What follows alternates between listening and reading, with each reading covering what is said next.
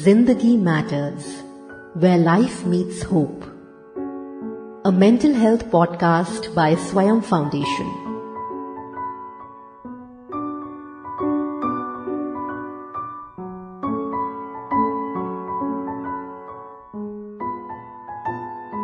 Today on Zindagi Matters, we are joined by someone who is reshaping how support and care are delivered in the digital age. Mahua Bisht is the CEO of One-to-One Help, a platform that's been making mental and emotional wellness more accessible across India. With a bachelor's in history from Reed College and a master's in public administration from Columbia University, Mahua brings a rare mix of sharp thinking and purpose-driven leadership. Welcome to the show, Mahua Bisht. Thank you, Geeta-ji. What a pleasure to be on your show. And that was really a great introduction. So thank you. Lovely to be here. Mahua, I've been hearing a lot about One-to-One Help. So what is this company and how did you start? How old is the company? Like what all do you do? If you can just run me through it. Sure, I'll do that. I have to first admit I did not start this company, but my mother actually did 25 years ago in 2001 with her business partner. And at that point of time, I think what they were trying to do is to work in stress reduction. And they were working with a lot of schools and educational institutions, but whatever they were doing wasn't ticking. And that's when my mother was married to my father, and he actually had been working in corporate India. And he said, why don't you try and do this for corporates? So that's actually how this company started. We started off providing counseling services to a lot of the BPO workers who were struggling with night shift and a lot of the difficulties that come with it. And they started off really... Sorry to interrupt here, Mahua. 20 years ago, mental health was not so, not given importance at that point in time. So how did your mother think about it? And even your father proposed that corporate sector might be needing it. I actually don't know. I mean, it was quite visionary. Even then, I don't think they called it mental health. They couldn't say mental because there was so much stigma.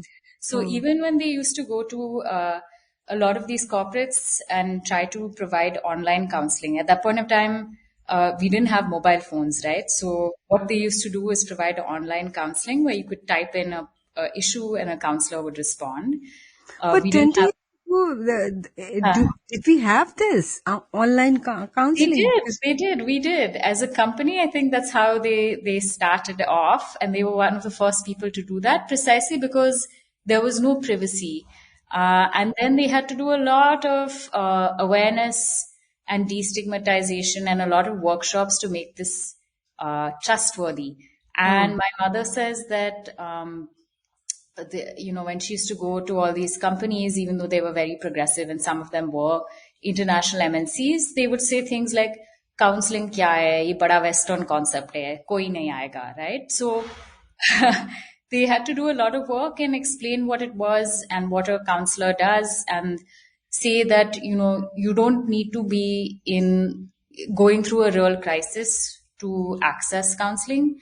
You could use it just for dealing with very normal problems, being a parent to a teenager and fighting with them a lot, or shifting to a new city, or dealing with the night shift, right? Whatever normal problems that you could use a professional who would advocate for you and give you objective support and equip you with the coping skills so that you could face newer challenges and have the tools to do that. So that's largely what they did. So because it is something very unique 20 years ago. And did people come forward? Did companies assign your mother to take over, to counsel? I think it was slow in the beginning for sure. So I think, luckily one of our first customers is still with us. Of course, it's gone through many mergers and acquisitions since then. But the HR... Nobody had budget for this. They were just trying it out in a very small way. And one of our earlier customers, they had some foreign visitors who came and said, "Oh, what you are doing globally is called it's called an EAP, an Employee Assistance Program." And that's when we realized that what we were doing is EAP, and that's how it started. You know, a long time ago, but they it was very slow. They had to do a lot of work. India is a very different context. The way that you do awareness building for factory workers is different from how you would do it in um, an IT company, which is very different from how you would do it in, startup or whatever else it might be. So it was slow, but they started, and thankfully we've grown and learned along the way. And we had to really pioneer a lot of the protocols that the industry follows today. So Like you said, pioneer a lot of protocols which industry follows today. Like which are they?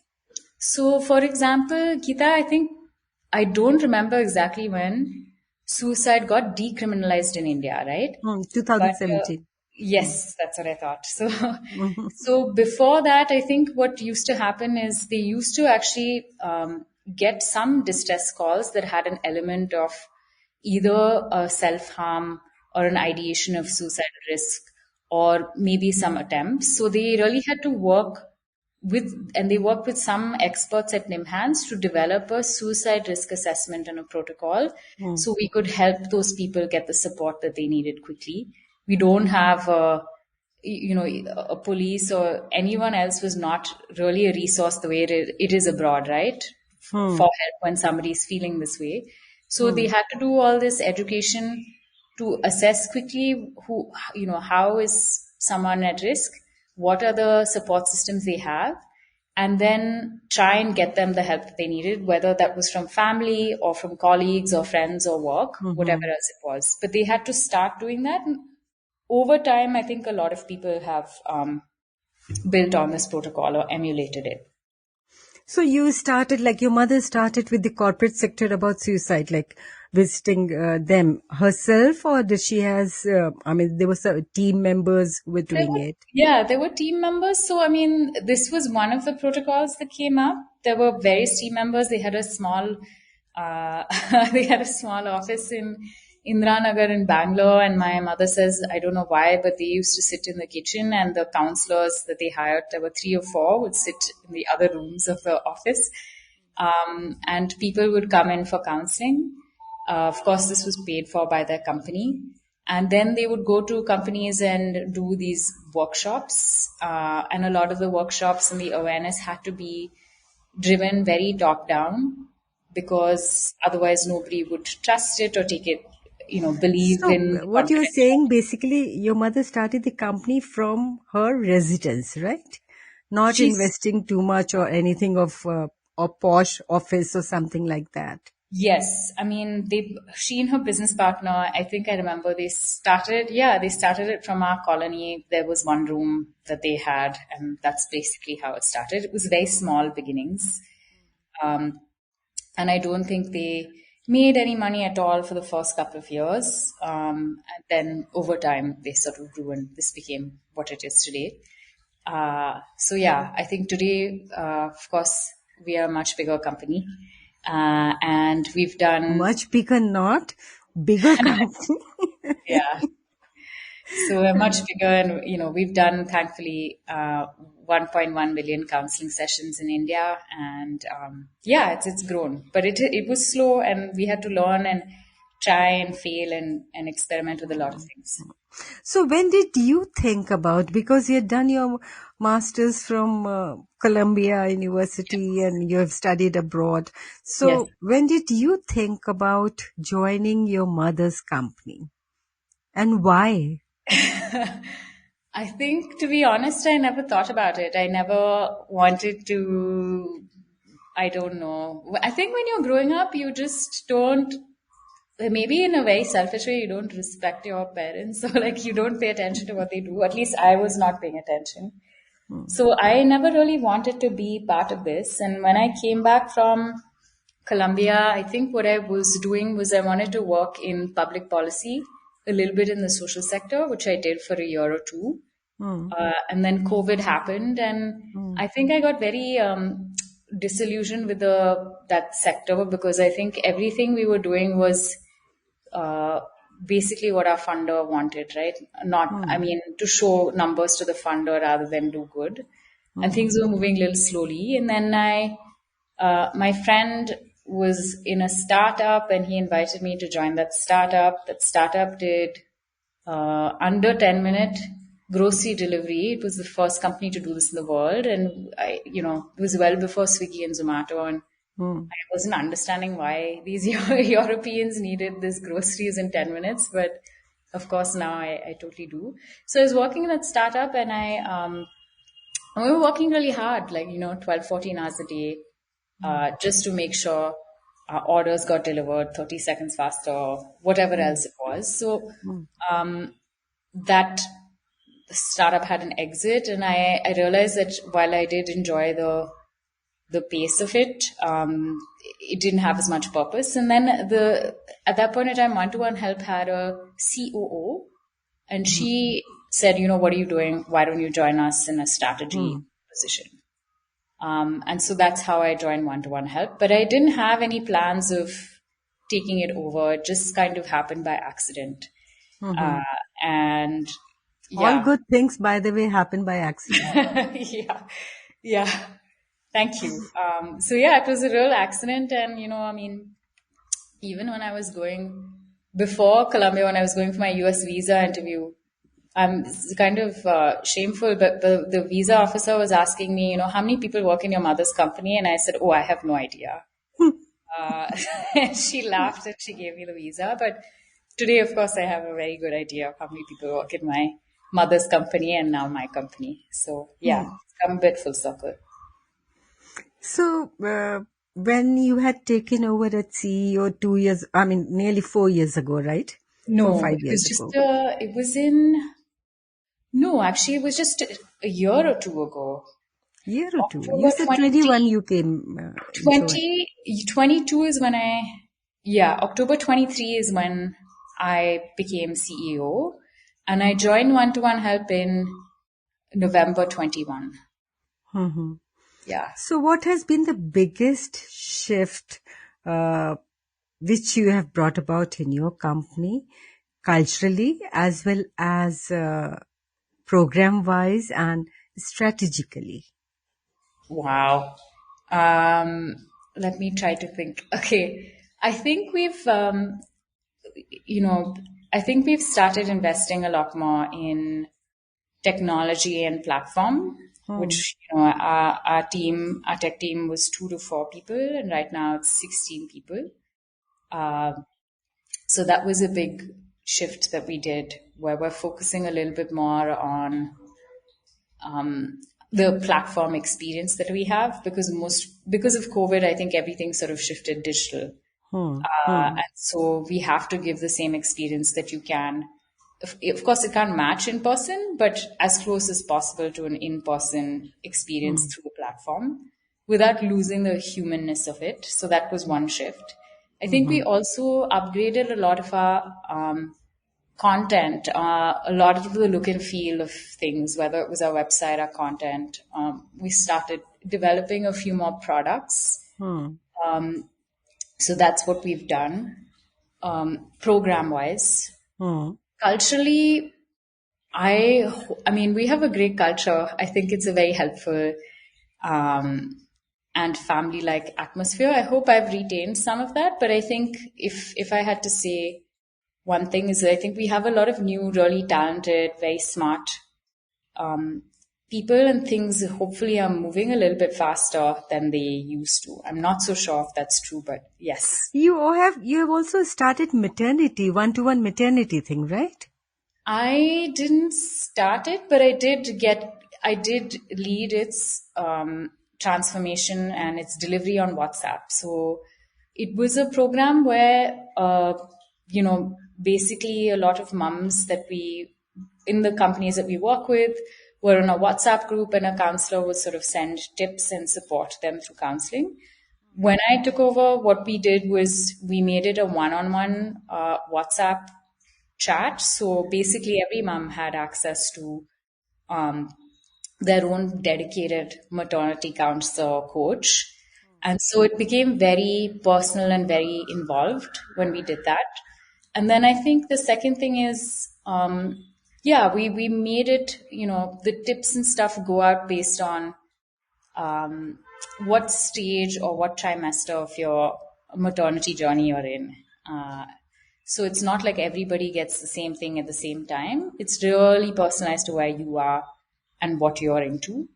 And then we did a lot of proactive checks and equip people with a lot of things. So this program initially was just for mums. When I sort of got involved, we made it for both mums and dads because we believe spouses are a important part of that journey.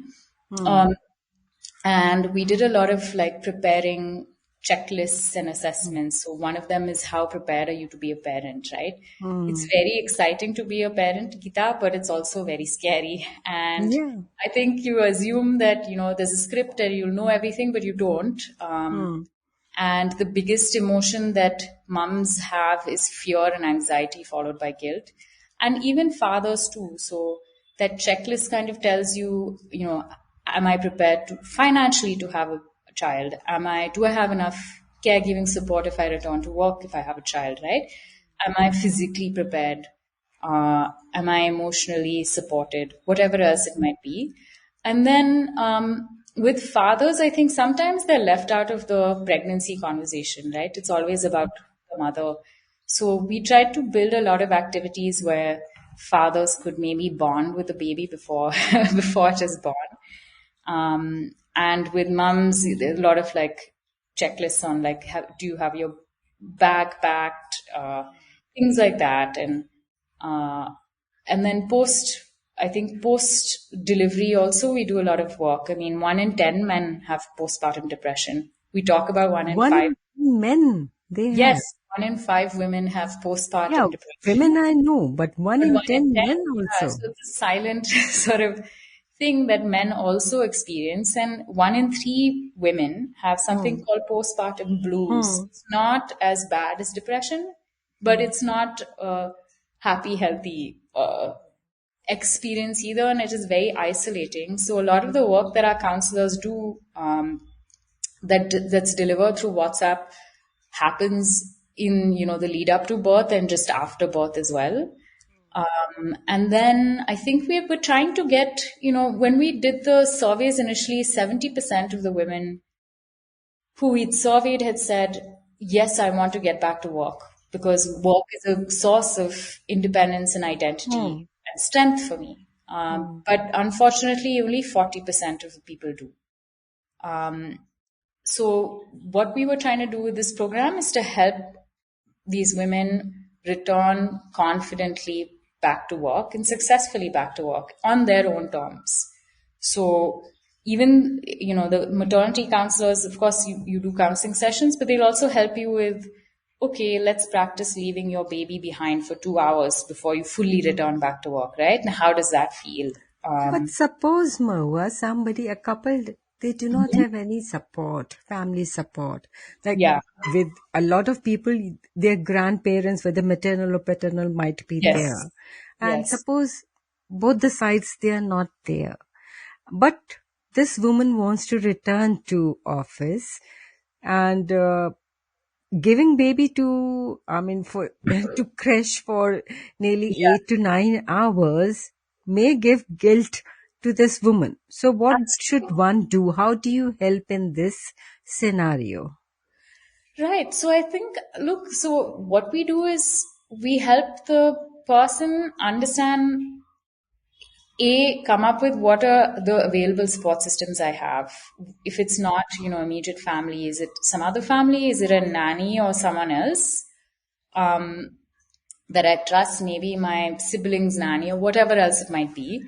2, I think the power is in their hands. I think most of the companies that we work with are quite flexible. So if it means that they only come into work for half a day to begin with and then, full time, all of that, we try to equip the mums with the confidence to have that conversation and ask for it. Right? I don't think, I think women still would rather quit, then ask for some of this accommodation, which is a very normal accommodation. And now, post-COVID, in this hybrid world, I don't really see, companies saying no to this request. In fact, a lot of companies we work with have a very generous paternity policy as well, even though, our government doesn't necessarily mandate it. But yeah, I think what we're trying to do is to make it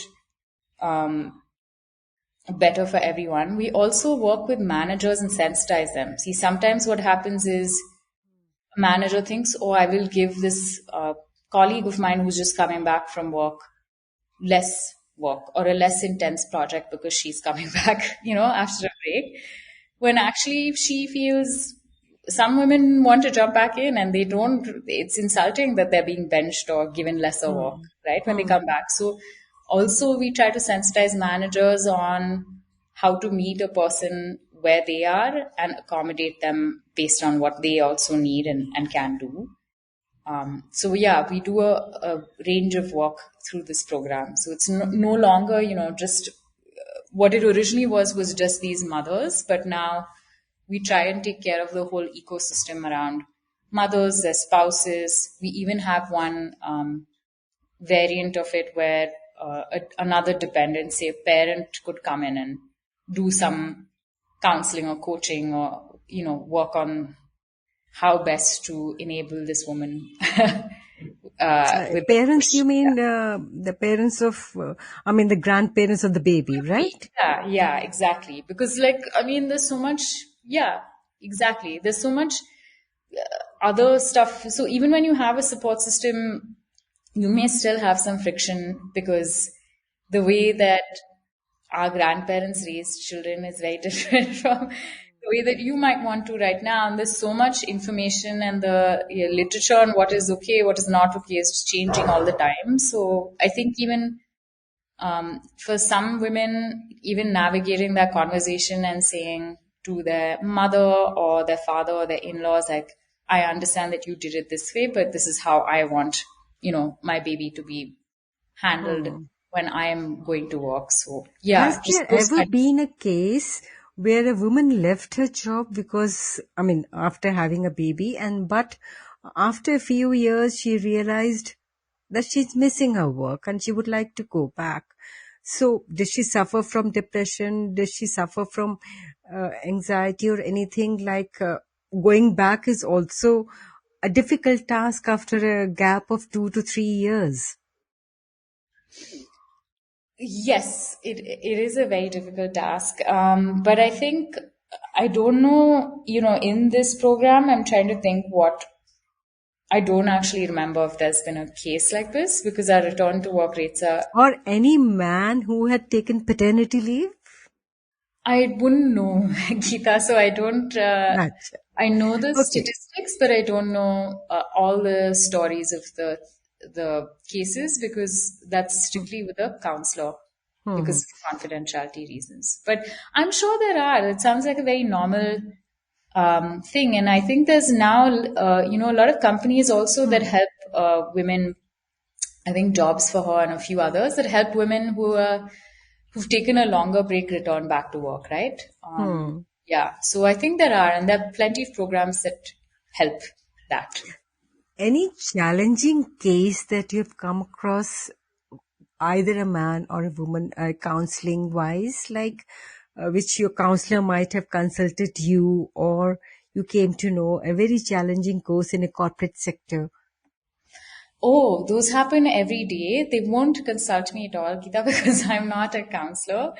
But those happen every day. I mean, my God, I've heard so many cases. One case where a person who was called our helpline, she was on a train between two stations.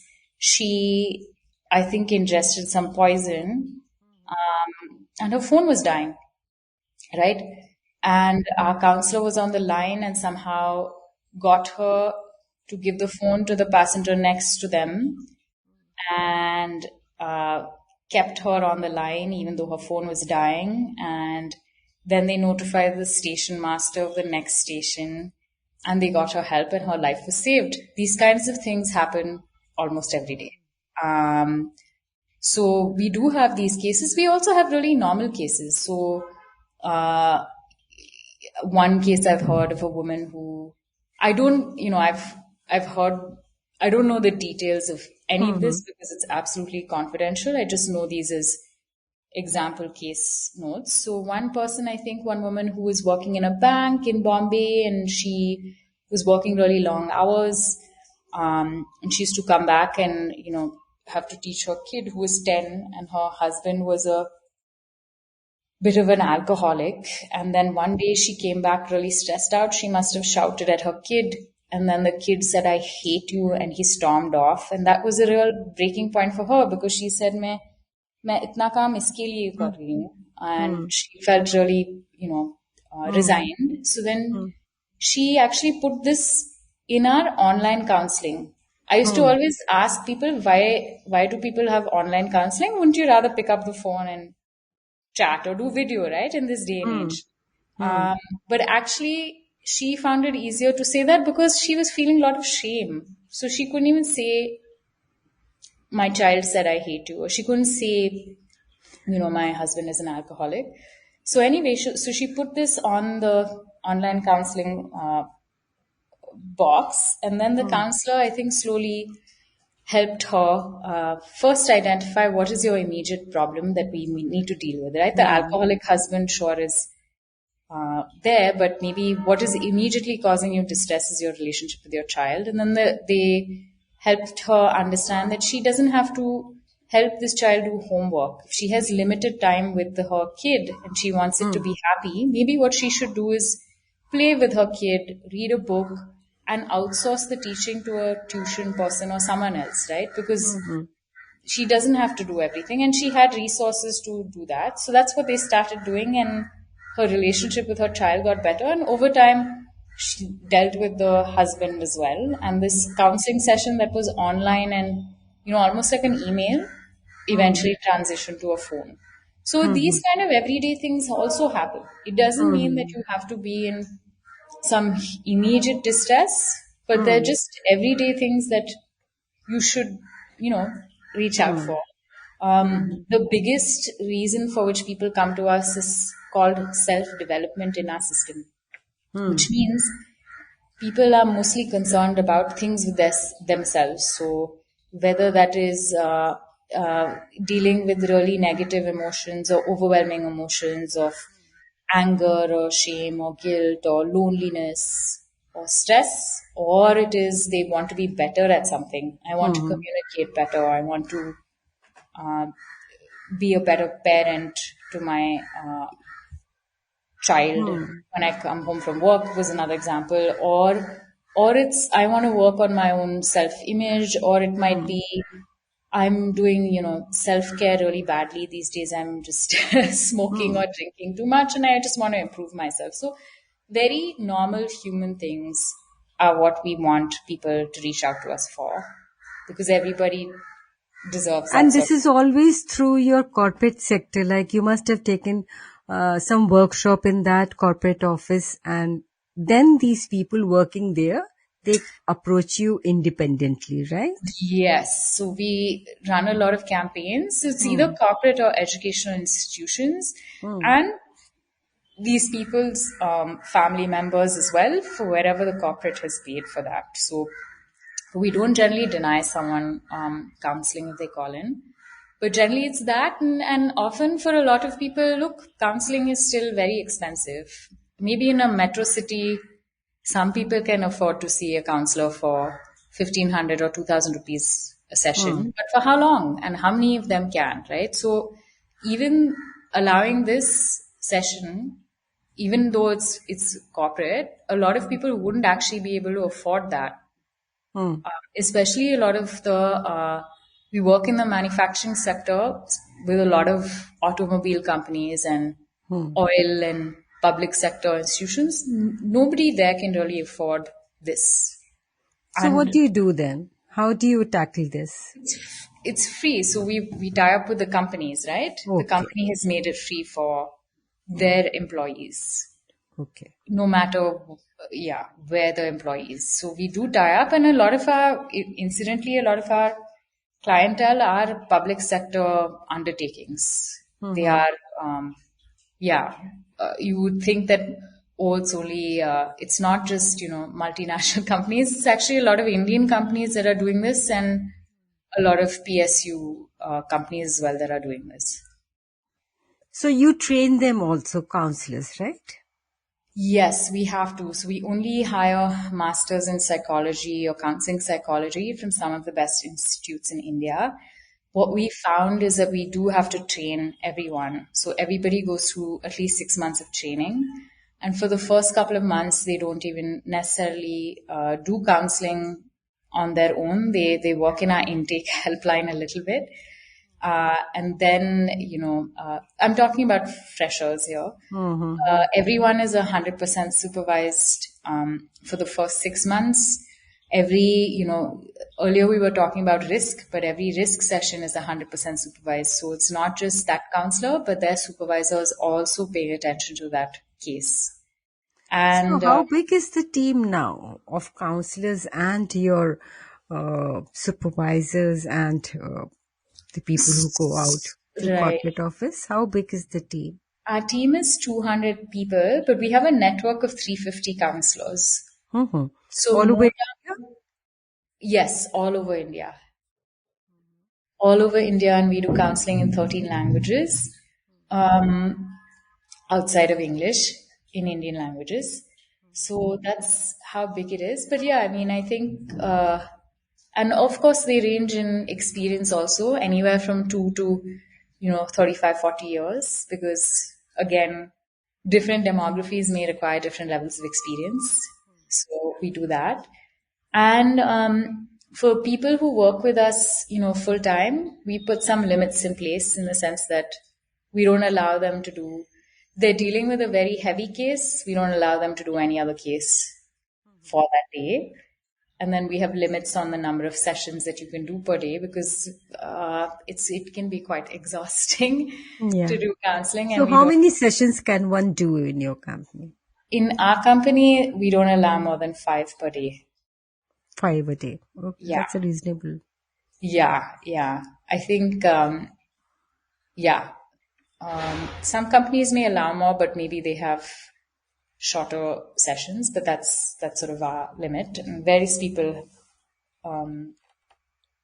depending on, what their role is, will do lesser than that even. So now that you are into mental health, Mahua, so what are you most excited about for one-to-one help in the next 1 or 2 years? Like where do you want to take your company? Oh, that's a great question. I want to reach more people. I think, I think right now, even though we've done all this, right now, even though we technically cover around close to 10 million lives, only 3.5% of those people actually come in for counseling. So there's a real scope to help other people. And so I want to deepen the impact that we're doing. I also want to broaden it. Now, not everyone may be in need of a full-fledged counseling session all the time. So what we want to do is to build a platform that can help you maintain your well-being and sort of, detect when you are in need of professional support, get you that professional support, and then also give you enough skills and tools that you can, close that case and move on and sort of independently work on yourself. So that's really the gold standard of what we want to do, is to have a really personalized care plan for every person that we encounter. And when they're in need of support, they get it. And when they don't need it, we sort of navigate them off, but they're skilled enough to deal with the same or similar situation on their own post that. So that's really what we want to do. How will you do this? Like, suppose I'm distressed today and I approach you. Yes. But tomorrow I get better, and then you are saying that you want to make me self-reliant. So how do you do that? Yes. So, I mean, we would do that through counseling, right? So, if you're distressed today, I think we would get you in front, especially if you're high distress today, we would get you in front of a counselor immediately. We try and understand what is the source of your distress, what are your current support systems to deal with it, what are some coping strategies you can employ to deal with this stress, and we continue the counseling sessions till that stress is reduced, right?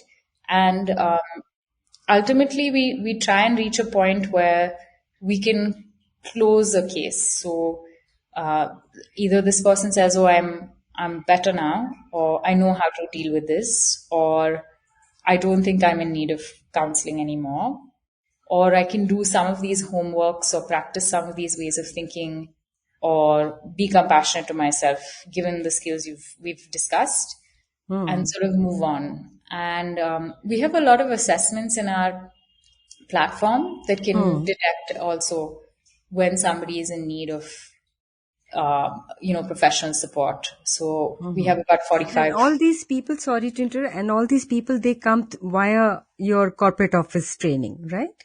They come, so I mean, we have a platform, right? That's app, web, and telephone. Yes, they learn about it because the company is providing for it.